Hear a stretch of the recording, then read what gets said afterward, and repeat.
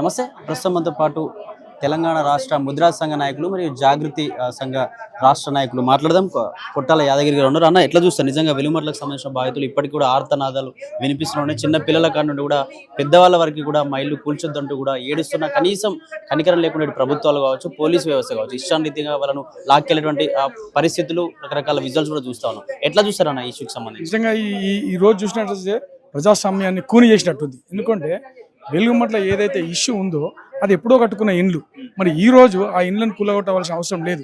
కాకపోతే దీంట్లో బడాబావులు, ముగ్గురు మంత్రులు, మరి అక్కడున్న రాజకీయ నాయకులు దీన్ని ఏదో విధంగా అక్రమంగా దీన్ని ఆక్రమించుకోవాలన్న ఒక ఉద్దేశంతో వాళ్ళ ఇళ్లను కూలగొట్టి ఆ భూములను వాళ్ళు ఆక్రమించుకోవాలన్న ఉద్దేశంతో కూలగొట్టినటువంటి ఈ చర్య ఇది. కాబట్టి ఖచ్చితంగా దీన్ని ఏమైంది, ఈరోజు వాళ్ళు క్లియర్గా భూదానికి ఒక ట్రస్ట్ బోర్డు ఉంది. భూదాన్ ట్రస్ట్ బోర్డు ఏదైతే భూదాన్ ల్యాండ్స్ ఉంటాయో అధికారాలు మొత్తం భూదాన్ ట్రస్ట్ బోర్డు మీద ఉంటాయి, అంతే తప్ప గవర్నమెంట్ కాదు. ఏదైనా చేసేది ఉన్నా, గవర్నమెంట్ చేసేది ఉన్నా నువ్వు ప్రయర్ నోటీస్ అయితే ఇవ్వాలి. ఏదైనా చిన్నదానికైనా పెద్దదానికైనా నువ్వు నోటీస్ ఇచ్చి వెకేట్ చేయి, ఖాళీ చేయి, ఏదో ఒకటి చెప్పాలి. అట్లా ఏం చెప్పకుండా అన్యాయంగా పిల్లలకి ఎగ్జామ్స్ జరుగుతున్నాయి, చిన్నపిల్లలు ఉండరు, పెద్దవాళ్ళు ఉండరు, మరి రాత్రి బుల్డోజర్లు పెట్టి దాన్ని నిజంగా కూలగొట్టడం అనేది నిజంగా ఈ సమాజంలో ఇట్లా జరుగుతుందా? అంటే వాళ్ళు పేదవాళ్ళు కాదా అనే కదా వాళ్ళకి చేసింది. ఒక పెద్దవాళ్ళు బడాబాబులకైతే ఈ గవర్నమెంట్ అలా చేయగలుగుతుందా? చేయలేదు కదా. పేదోడి మీద పెత్తందారుల జులుం ఈ చర్య. అంటే ఇంత ఇష్యూ జరుగుతుంటే ఇంత ఆర్తనాదాలు వినిపించలేదు అంటారా రేవంత్ రెడ్డి గారు? కనీసం ఈ ఇష్యూ పట్ల కనీసం స్పందన లేదు. అలాగే ఉప ముఖ్యమంత్రి బట్టి విక్రమార్క ఏరియాలో జరుగుతూ ఉంది, ఆయన కూడా స్పందన ఎట్లా చూస్తారు మరి దీన్ని? ఖచ్చితంగా దీన్ని స్పందించవలసిన అవసరం ఉంది. ఇట్లా స్పందించకపోతే మంచి మంచి మంచి రాజకీయ నాయకులు, మంచి పార్టీలే కాలగర్భంలో కలిసిపోయిన దాఖలాలు మనకు గతంలో జరిగినాయి. అది మర్చిపోవద్దు రేవంత్ రెడ్డి గారు కూడా ఈరోజు. ఎందుకంటే పేదలు ఓట్లేస్తేనే మీరు ఈరోజు గద్దెనెక్కిరు. మరి అలాంటి పేదలను విస్మరించినట్టయితే ఖచ్చితంగా గద్దెని ఇట్లా వాళ్ళే తీస్తారు.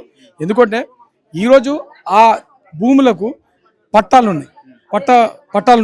వాళ్ళు 59 జీవో కింద land regulation act MS 59 GO కింద రెగ్యులరేషన్ అప్లికేషన్లు ఇట్లా గవర్నమెంట్ దగ్గర పెండింగ్ ఉన్నాయి.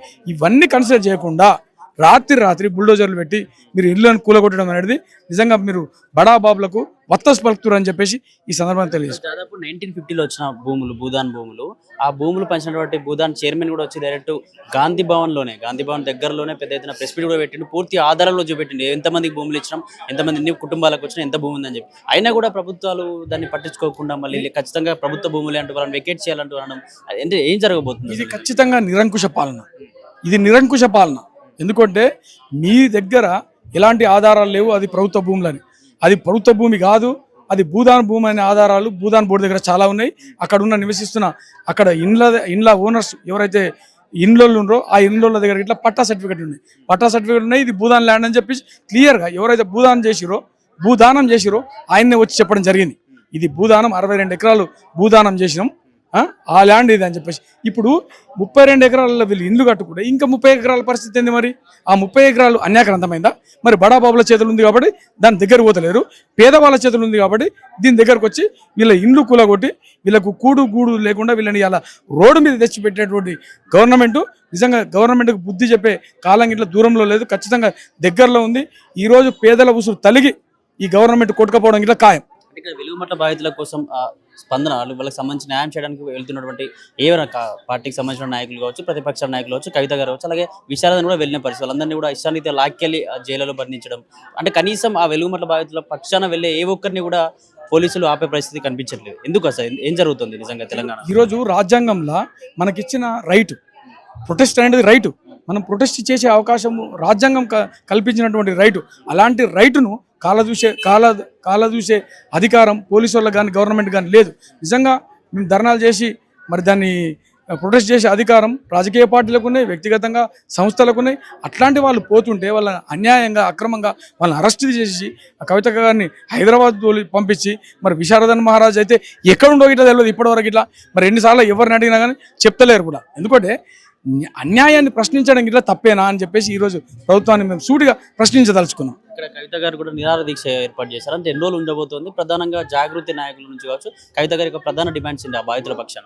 ఖచ్చితంగా వెలుగుమట్ల బాధితులకు న్యాయం జరిగేంత వరకు ఈ నిరాహార దీక్ష కొనసాగుతుందని చెప్పేసి కవిత గారు చెప్పడం జరిగింది.